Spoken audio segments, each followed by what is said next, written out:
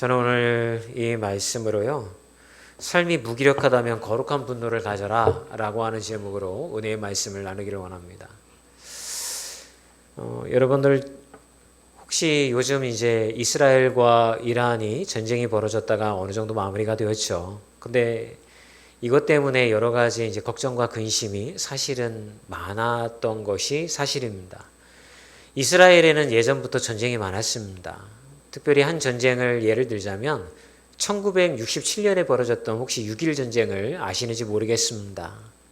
아시는 분도 있고 모르시는 분도 있겠지만 이 전쟁이 어떻게 해서 벌어졌냐면 그 당시 그 지역 아랍의 패권을 쥐고 있었던 이집트가 이스라엘을 공격하기로 마음먹었어요. 그러니까 약간 어떻게 해야 될까요? 군사적인 충돌도 생각을 했겠지만 처음 이스라엘을 멸망시키기 위해서 했던 게 뭐냐면 티란 해협이라고 하는 곳을 통하여서 물류를 갖다가 지나가지 못하도록 봉쇄를 해버립니다. 이것으로 인하여서 이스라엘은요 90%의 석유를 수입하지 못하고 경제가 마비되어지는 상황에 이르게 되어져요. 결국 말라 죽이겠다라고 하는 그러한 계획으로 이 전쟁이 시작이 되어진 거죠. 더 큰 문제는 뭐였냐면 이집트가 혼자 덤벼들지 않았다는 것입니다. 북쪽에 위치해 있었던 요르단과 또 시리아와 연합하여서 아랍 연합군을 조성을 합니다. 그래서 이스라엘을 이제 공격하기로 마음을 먹었던 것이죠. 이런 상황이 벌어졌을 때 세계 군사 전략가들은 다 이렇게 얘기를 했어요. 이 전쟁은 반드시 이스라엘이 패배한다. 도저히 이길 수가 없는 싸움이다. 어떤 군대의 능력으로 보거나 수나 또 어떤 그 여러 가지 경제적인 능력으로 보았을 때에도 이스라엘은 질 수밖에 없는 상황이다. 100% 이스라엘의 패배를 점쳤습니다. 그런데 그때 이스라엘 군대의 총사령관이었던 모세 다얀이라는 장군이 갑자기 이런 선포를 하기 시작합니다. 우리 이스라엘에는 아무도 알지 못하는 비밀 무기가 있다. 우리는 이것으로 이 전쟁의 판세를 뒤집을 수가 있다. 이렇게 얘기를 하는 거예요. 그때 전 세계 외신들이 난리가 난 거예요. 이스라엘은 아마 이게 원자폭탄이 있는 것 같다. 이스라엘에는 핵무기가 있는 것 같다. 수소폭탄이 있는 것 같다. 그렇지 않고서는 저렇게 담대하게 비밀무기가 있다라고 선포를 할 수가 없지 않는가. 그래서 그 비밀무기가 무엇인지를 이제 발표를 기다렸던 것이죠. 그랬더니 날이 되어서 이 모세 다얀 장군이 그 비밀무기가 무엇인지를 선포를 했는데 우리를 승리케 할 신무기는 시편 121편 1절과 2절이다. 이렇게 얘기를 하는 거예요. 전 세계 사람들이 비웃었습니다. 야, 무슨 신무기라고 그래가지고서 대단한 거 숨겨놓은 줄 알았더니 기껏 한다는 소리가 자기들이 믿는 하나님 그리고 그들이 믿는 성경의 말씀 중에 시편 121편 1절과 2절 말씀을 신무기라고 이렇게 생각을 한 거예요. 모세 다얀이 선포하였던 이 말씀 함께 읽어볼까요? 시작. 내가 산을 향하여 눈을 들리라. 나의 도움이 어디서 올까? 나의 도움은 천지를 지으신 여호와에게로서다. 모세 다얀 장군은 이스라엘 군대를 모아놓고 방송을 합니다. 이 전쟁은 모든 사람들이 우리가 질 것이라고 예상하고 있습니다. 그러나 여러분, 이 말씀을 기억하십시오. 우리의 도움은 이 전쟁은 결코 군사적인 능력에 따른 전쟁이 아닙니다. 이 전쟁은 하나님께 속한 전쟁입니다.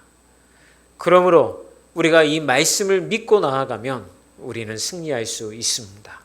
여러분, 이 말씀 위에 여러분의 생각과 여러분의 마음을 얹으십시오. 그러면 우리는 반드시 이 전쟁을 승리로 이끌 수가 있습니다. 이 이야기를 듣고 이스라엘의 군대는 여러분 아멘으로 화답을 했습니다. 그러나 믿지 않는 그런 다른 나라에 있었던 사람들은 어떻게 이야기를 했을까요? 저렇게 얘기하던 한들 이 전쟁은 결국 이집트와 아랍 연맹의 전쟁의 승리로 끝날 것이라고 예측을 했던 것입니다. 이 전쟁은 실제 일어났던 이 전쟁은 6일 만에 이스라엘의 승리로 마무리가 되어집니다. 그 이면에 있었던 자세한 내용은 여러분들에게 이 시간 말씀드릴 수는 없지만 이 6일 동안 벌어졌던 전쟁을 통하여서 이스라엘은 그 전에 가졌던 영토보다 더 넓은 전략적인 영토를 확보하게 되어졌던 것이죠. 전쟁이 이스라엘의 승리로 끝난 후에 이 모세 다얀 장군이 예루살렘에 가면 여러분 거기에 이렇게 통곡의 벽이라는 게 있잖아요. 옛날 예루살렘 성벽 그 성전의 그 성벽 중에 유일하게 남아 있는 성전이 있었던 그 유일하게 남아 있는 성벽을 통곡의 벽이라고 하거든요. 이스라엘 사람들이 거기에 가가지고 막 기도를 해요. 머리를 이렇게 하면서. 근데 거기다가 그 자신의 기도 제목을 벽 사이에다가 이렇게 꽂아놔요.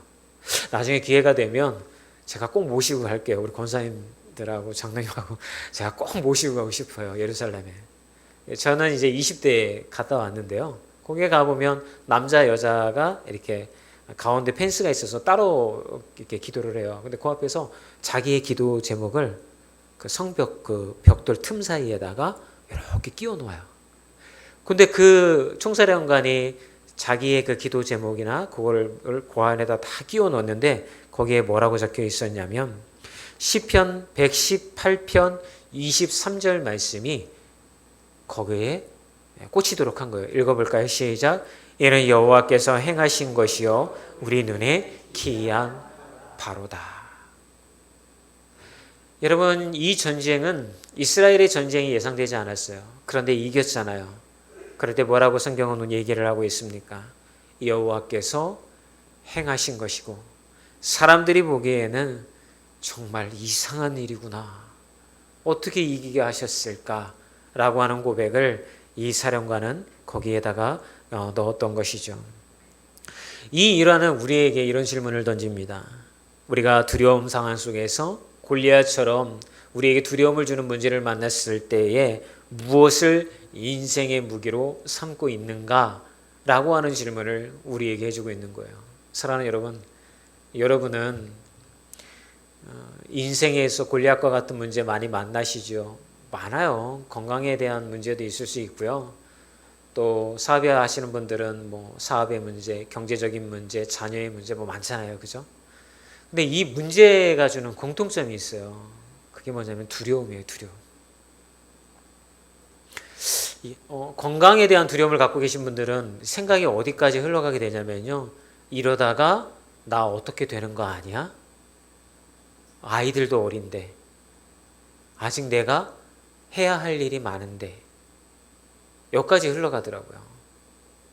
뭐 그렇다고 사업하시는 분들이나 직장 다니시는 분들은 뭐 그런 두려움이 없을까요? 이러다가 나 권고사직 당하는 거 아니야?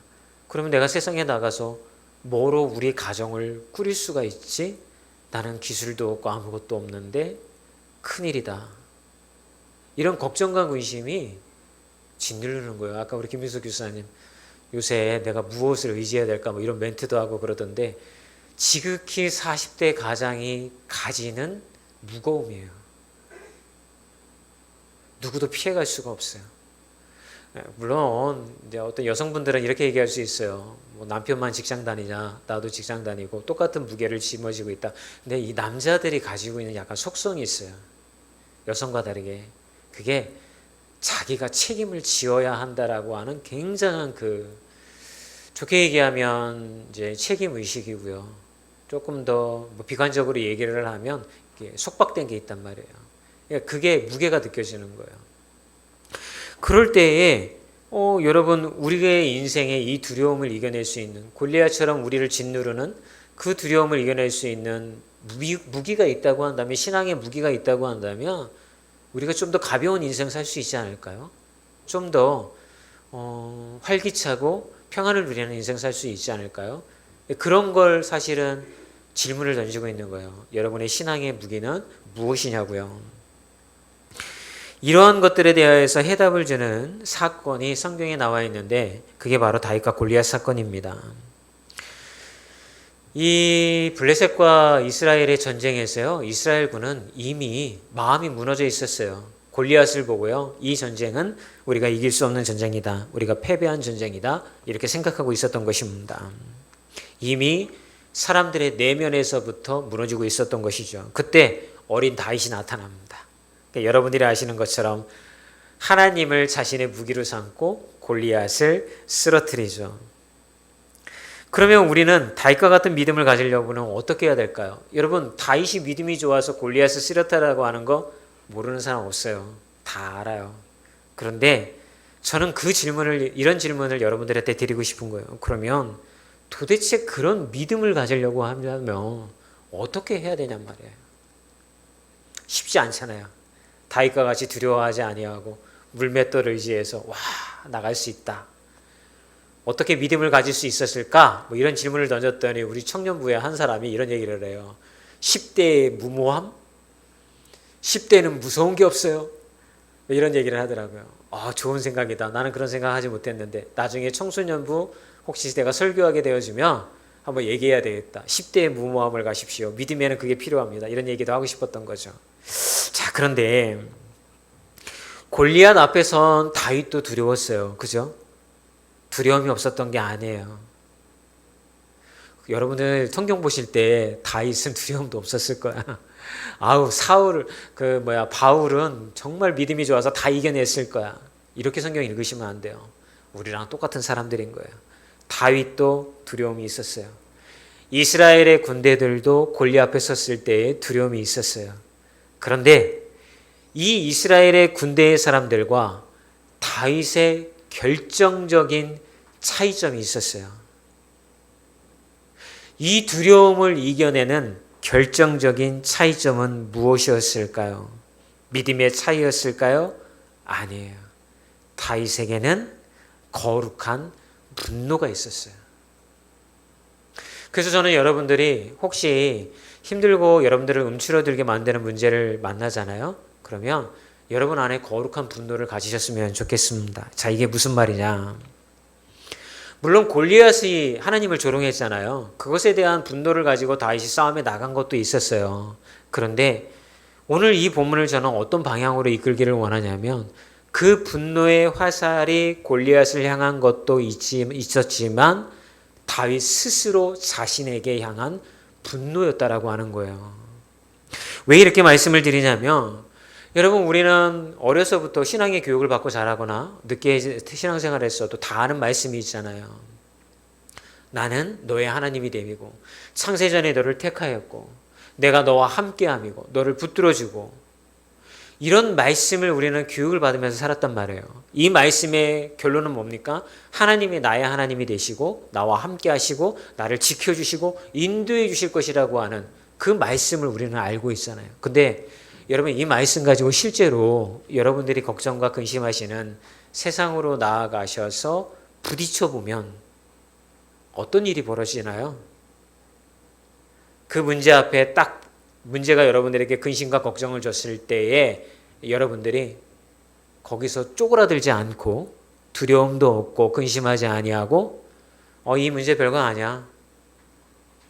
걱정은 되지만 하나님이 나와 함께 하시기 때문에, 또 주께서는 부르짖으라고 했고 내가 응답하겠다 그러셨고 알지 못하는 은밀한 일을 행하겠다고 하셨고 의로운 손으로, 하나님의 의로운 오른손으로 나를 붙들어 주시겠다라고 하셨고 사망의 음침한 골짜기 다녀도 주께서 나를 지켜주시겠다고 하겠고 그러므로 난 걱정 안 해. 이렇게 반응하는 사람이 몇 사람이나 될 것 같아요? 별로 없어요. 대부분의 사람들은요, 큰일 났다, 어떻게 할까? 금요기도에 말씀드렸던 것처럼 차선책을 빨리 찾아요. 은행 대출을 알아볼까? 이걸 이렇게 메꿔볼까? 이 문제를 어떻게 해결할까? 자기의 방법을 찾게 되더라고요. 그러니까 이건 뭐예요? 누구나 다 신앙이 있다라고 믿음이 있다라고 이야기하면서도 문제를 만나면 거기서 팍 쪼그라드는 거예요. 믿음이 없는 사람처럼 두려워하고 근심하고 걱정하고 어떻게 해야 될까? 이렇게 되어지는 거죠. 그런데 다윗은 스스로가 그렇게 되는 것을 알아차린 거예요. 자기가, 다윗이 뭐라고 고백을 합니까? 아까 나중에 17장 다 읽어보면 자기가 목동으로서 광야에서 양을 칠 때 주님이 나를 늑대와 들짐승으로부터 지켜주셨던 하나님, 그 하나님을 의지하여서 나는 나아간다라고 고백했어요. 이런 믿음을 가지고 있었던 다윗이었지만 골리앗을 딱 보니까요, 쪼그라든 거예요. 키는 거의 3m 가까웠죠. 거기다가 어마어마한 무기를 갖고 있었죠. 이러니까 다윗도 두려움이 생길 수밖에 없는 쪼그라들었단 말이에요. 그런데 다윗은 이 이스라엘의 군대도 똑같이 두려워했지만 거기에 차이점을 딱 가지고 있었어요. 내가 왜 이러지? 나 하나님의 자녀인데? 내 왜 이렇게 쪼그라들지? 나 하나님 경험한 사람인데? 이게 다윗의 마음 가운데 분노를 일으킨 거예요. 나는 하나님의 사람이야. 하나님을 경험한 사람이야. 근데 왜 나는 지금 저 골리앗 앞에서 벌벌 떨고 두려워하면서 왜 믿음 없는 다른 사람들처럼 이렇게 하고 있는 거지? 라고 하고 있는 거룩한 분노의 화살을 스스로에게 돌렸다라고 하는 거예요. 사랑하는 여러분, 이게 다윗과 이스라엘 군대와의 차이점이었던 거예요. 우리가 가져야 할 것은요, 나를 향한 거룩한 분노인 거예요. 알아차려야 되는 거예요. 왜 골리앗과 같이 거대한 문제 앞에서 나는 왜 이렇게 기를 피지 못하고 오금을 저리고 날마다 근심하고 내 자식들이 어떻게 될까? 미래가 어떻게 될까? 나의 인생은 어떻게 될까? 나는 왜 이렇게 쪼그라드는 걸까? 알아차렸다고 한다면 여러분 스스로에게 여러분 분노를 가지고 그 분노를 이겨내시는 분들이 되었으면 좋겠습니다. 근데 여러분 이 거룩한 분노를 가지고 싶은데 거룩한 분노를 택할 수 있다고 그래서 택해지는 거 아니잖아요. 그죠? 알아차렸다고 그래서 뭔가 막 그것이 나 왜 이러는 거지? 되지 않잖아요. 그런데 다윗을 봤더니요. 다윗은 계산하지 않았던 거예요. 내가 지금 거룩한 분노를 가졌어. 그래, 믿음 가지고 나아가야지 하면서 거기까지 생각하고 골리앗과 싸워야겠다 하면서 어떻게 싸우면 이길 수 있을까? 이런 거를 계산하지 않았단 말이에요. 아까 말씀드렸던 것처럼 무모함이었을까요? 아니면 뭐 머리가 나빠서 그랬을까요? 중요한 건 여러분, 그는 하나님을 믿는 그리고 하나님이 나와 함께 하신다는 것에 자기의 마음을 두고 계산하지 않고 나아갔다라고 하는 것입니다. 그는 단순하게 하나님을 의지하는 걸 선택을 했어요. 그래서 45절에 보면 이렇게 고백을 하죠. 함께 읽어볼까요? 다시 블레셋 사람에게 이르되 너는 칼과 창과 단창으로 내게 나아오거니와 나는 만군의 여호와의 이름 곧 내가 모욕하는 이스라엘 군대의 하나님으로의 이름으로 내게 나아가노라. 우리가 자기 스스로에게 선포해야 되는 말씀이 이 말씀이에요, 여러분. 문제를 향하여서 선포해야 되는 말씀이 이 말씀이기도 하지만 더욱 중요한 게 뭐냐면 문제 앞에 쪼그라드는 걱정과 근심 앞에서 길을 펴지 못하는 내 영혼에게 선포해야 하는 말씀이 바로 이 말씀이라고요. 너는 칼과 단창으로 나를 위협하고 나를 쪼그라들게 만들며 걱정과 근심 가운데 놓이게 만들지만 나 동현이는 만군의 여호와의 이름으로 너가 조롱하였던 만군의 여호와의 이름으로 나는 나아가노라. 그리고 나는 분명히 이 두려움으로부터 노임을 받게 되어지고 문제는 해결될 것이다. 이 선포를 다윗은 스스로에게 했던 것입니다. 여러분 뇌과학자들이 재미난 얘기를 했어요. 여러분 혹시 시작이 반이다라는 이야기 들어보셨나요? 어른들이 그런 얘기 많이 하잖아요. 그냥 해. 계산하지 말고 뒤에 뭔 일이 일어날지 모르고 그냥 하라고. 그러면 반이 벌써 지나가고 이룬 거야. 이런 얘기 이제 우리가 농담처럼 하는 것 같지만 과학적 근거가 있다고 그래요. 뇌과학자들이 뭐라고 얘기를 하냐면 사람들이 뭔가를 시작하려고 할 때에 어떤 사람들은 내가 할 수 있을까? 이게 가능할까? 이거를 조사를 하고 자기의 능력치를 점검해보고 뭐 이러면서 할까 말까를 막 계산을 한대요. 이제 성공할 수 있을까 말까를. 그때에는 뇌에 아무런 변화가 일어나지 않는데요. 그런데 해야겠다. 단순하게 그냥 아무 생각 없이 계산하지 않고 그냥 해야겠다. 딱 마음을 먹는 순간, 결정을 하는 순간 뇌가 달라진다는 거예요. 이미 하는 것으로 머리가 움직이기 시작한다는 거예요. 이 뇌과학자들이 하는 얘기입니다. 제가 한 얘기가 아닙니다. 그래서 뇌과학자들이 뭐라고 얘기하냐면 나와서 그냥 하십시오. 해야 될까 말아야 될까 고민하지 말고 그냥 하십시오. 이거 공부해야 될까 말아야 될까? 이거 내가 공부해서 이거를 습득할 수 있을까? 하십시오. 야, 성경 퀴즈 있다고 하는데 이거 내가 말씀을 암송을 할 수 있을까 말까? 야, 내 머리는 이미 굳었는데 내 나이가 몇인데 이게 어떻게 들어와? 하십시오. 하면 모두가 바뀝니다. 아셨죠? 여러분, 왜 말씀의 선포를 자기에게 해야 될까요? 우리는 계산하는 거예요. 하나님에 대한 믿음이 있다고 해도 정말 그렇게 될까? 내가 걱정하는 문제가 믿음으로 해결될 문제야? 왜냐하면 주변 사람들이 안 된다고 얘기하기 때문에 그런 거예요. 그리고 나도 이미 세상에서 안 된다고 이야기하는 사람들의 말에 반이 뭐야? 70%는 그렇게 동의하고 살아가고 있는 게 우리의 모습이잖아요. 그런 우리를 향해서 뭐라고 얘기합니까? 하나님의 말씀을 스스로에게 선포하고 된다라고 나아가라는 거예요. 그러면 여러분 되게 되어질 줄 믿습니다. 로마서 8장 7절에 이것을 그대로 우리에게 이렇게 얘기해요. 시작. 육신의 생각은 하나님과 원수가 되나니 이는 하나님의 법에 복종하지 아니할 뿐더러 할 수도 없습니다. 흔히 우리가 이제 착각하는 것 중에 하나가 뭐냐면 내가 하는 생각과 마음이 내 생각과 내 마음이라고 생각을 하는 거예요. 아니에요, 여러분. 여러분의 생각은 육신의 생각인 거예요. 여러분의 마음은 이미 죄로 오염된 것으로부터 하나님과 멀어지게 만드는 생각인 거예요. 그래서 그거를 성경이 육신의 생각이라고 하잖아요. 근데 그 생각이 어떻게 한다고요? 하나님과 원수되게 만든다고요. 저거 되겠어? 아유, 목사님 뭐 말씀으로 선포하고 믿음으로 가지고 나아가면 될 거다! 라고 얘기하시지만 목사님은 아마 현실과 바깥 세상을 잘 모르시는 것 같아. 뭐 그럴 수 있죠. 제가 잘 모를 수 있죠. 그죠? 그런데 하나님도 모르실까요? 우리의 현실을 몰라서 이렇게 얘기하시는 걸까요? 아시잖아요. 아시기 때문에 이 말씀 하시는 거예요.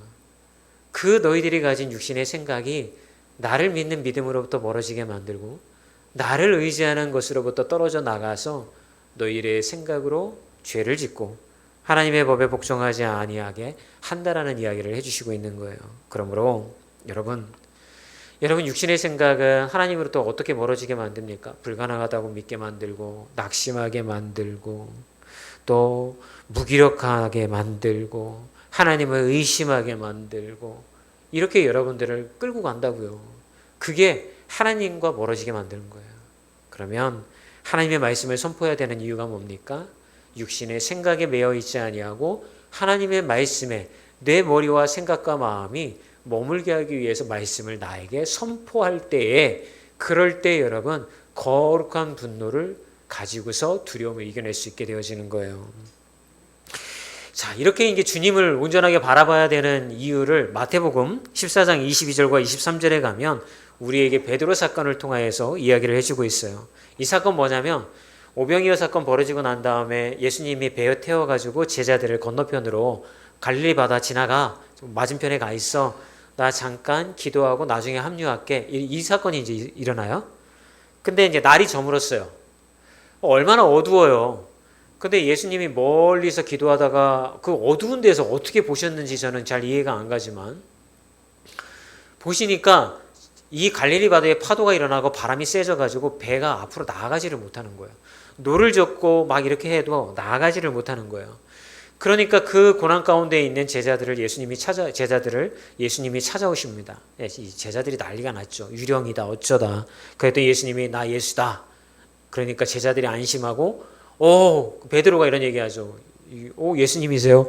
무리를 걸으시네요 세상에나. 저도 좀 걷게 해주세요. 이렇게 부탁을 합니다. 그랬더니 예수님이 그러면 너도 한번 좀 걸어봐. 제자들이 베드로가 걷잖아요, 그죠? 그러다가 좀 있다가 퐁당 하고 빠지잖아요. 그러니까 예수님이 뭐라고 말씀하셨습니까? 좀 전에 말씀 띄워주실까요? 뭐라고 했습니까? 믿음이 작은 자요? 왜 의심하였느냐? 이 사건이 왜 중요하냐면 베드로가 무리를 걸었던 이게 자기의 능력이 아니라 예수님의 능력으로 무리를 걸었잖아요. 그때 베드로의 시선은 어디를 향하고 있었을까요? 예수님을 향하고 있었다고요. 물에 빠졌을 때 베드로의 시선은 어디를 향하고 있었을까요? 물을 바라봤다고요. 아마 이제 제가 만약에 이제 베드로라면 지금 이제 연극을 하자면 예수님 바라보며 처음에는 두려워서 살금살금 걷는단 말이에요. 그러니까 어떻게 돼요? 오, 내가 걷네 이러면서 오, 뭐 이렇게 했을 거 아니에요, 그죠? 오, 내가 물 위에 떠 있어, 뭐 이렇게 했을 거 아니에요, 그죠? 그 순간에 퐁당 빠진 거죠. 왜 우리 스스로에게 말씀을 선포하고 이런 것으로 거룩한 분노가 유지되게 하고 우리가 세상으로 이걸 가지고 나아가야 되고 왜 이렇게 해야 될까요, 여러분? 결국 말씀을 선포하는 능력이라고 하는 것은 우리의 시선이 하나님을 향하는 거예요. 우리의 마음이 하나님을 향하는 거예요. 그럴 때 어떤 일이 벌어져요? 내 능력이 아니라 예수의 능력으로 일어날 수 없는 일이 일어나는 거예요. 생각해 보세요. 제자들은 그 풍랑과 어려움 속에서 자기들 힘으로 어떻게든지 이겨내려고 애를 썼어요. 안 되잖아요. 우리가 똑같아요, 제자들하고. 어떻게든지 내 힘으로 이 파도를 이겨내겠다라고 막 하잖아요. 안 되잖아요. 그때 예수님이 찾아오신 거예요. 이미 예수님은요, 보고 계셨던 거예요. 우리도 예수님이 보고 계세요. 예수님 나 별로 관심 없으실 거야. 안 보고 계실 거야. 아니에요. 여러분들이 골방에서 울고 있을 때에도, 여러분들이 하염없이 한탄하며 스스로 길을 헤매고 있을 때에도 예수님의 시선은 여러분에게 머물러 있어요. 그리고 찾아오셔서 두드리셔요. 그때 문을 열고 나아가 예수님에게 시선을 고정하면 예수의 능력을 여러분들이 입는 자가 되어진다는 얘기를 이 사건이 얘기를 해주고 있는 거예요. 그러므로 혼자 싸우지 마시고 예수의 능력으로 골리앗과 같은 문제를 싸우는 분들이 되어졌으면 좋겠습니다. 두 번째 무슨 얘기를 드리고 싶으냐면요, 신앙의 냉소주의자들의 말을 듣지 마세요. 다윗이 이제 이 거룩한 분노를 가지고 골리앗과 싸우러 나가려고 했거든요. 그랬더니 그의 앞길을 막는 두 사람이 등장을 합니다. 첫 번째는 누구냐면 자신의 형이었던 엘리압입니다. 두 번째는 사울왕입니다. 근데 이들이 했던 멘트를 보면 참 기가 찹니다. 전쟁하러 나가려, 그러니까 골리앗과 싸우러 나가는데 이 두 사람이 뭐라고 각자 얘기를 하냐면, 읽어볼까요? 시작. 큰형 엘리압이 다윗이 사람들에게 하는 말을 들은지라. 그가 다윗에게 노를 바라여 이르되 네가 어찌하여 이리로 내려왔느냐? 들에 있는 양들은 누구에게 맡겼느냐? 나는 내 교만과 내 마음의 완악함을 아오니 네가 전쟁을 구경하러 왔도다. 사울왕은 뭐라고 얘기합니까? 사울이 다윗에게 이르되 내가 가서 저 블레셋 사람과 싸울 수 없으리니 너는 소년이요 너는 어려서부터 용사임이니라. 여러분들이요, 하나님의 말씀을 가지고 거룩한 분노를 가지고 스스로에게 이야기하고 말씀 선포하고 싸워서 이겨나가려고 하잖아요. 제일 가까운 사람들이 여러분들을 방해합니다.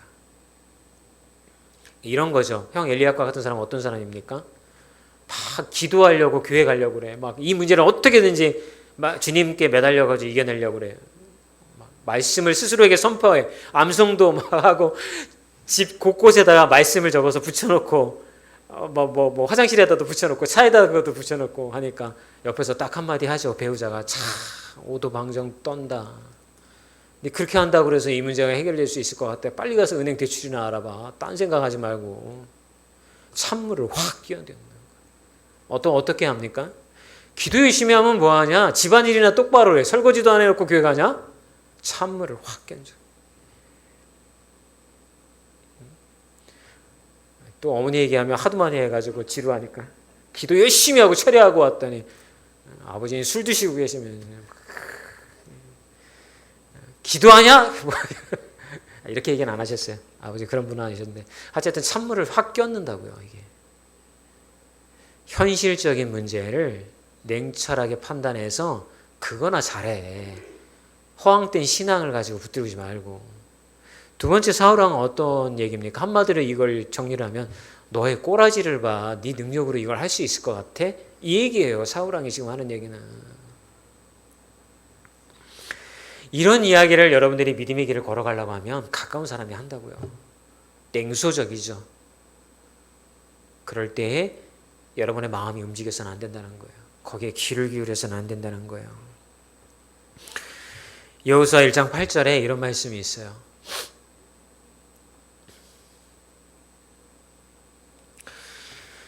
이 율법책을 내 입에서 떠나지 말게 하며 지혜로 그것을 묵상하여 그 안에서 기록된 대로 다 지켜 행하라. 그리하면 내가 형통하게 될 것이며 내가 성공할 것이라. 여러분, 걱정과 근심하고 있는 여호수아에게 하나님이 해주신 말씀이에요. 가나안 땅에 나가서 전쟁해야 되는데 모세는 죽었어요. 이제 자기가 이끌어야 돼요. 그래서 밤잠을 못 자고서 밤에 산책하고 있는데 여호와의 군대 장관이 와서 해주시는 말씀이 뭡니까? 하나님의 말씀 안에 있으라는 거예요. 그리고 묵상하라는 거예요.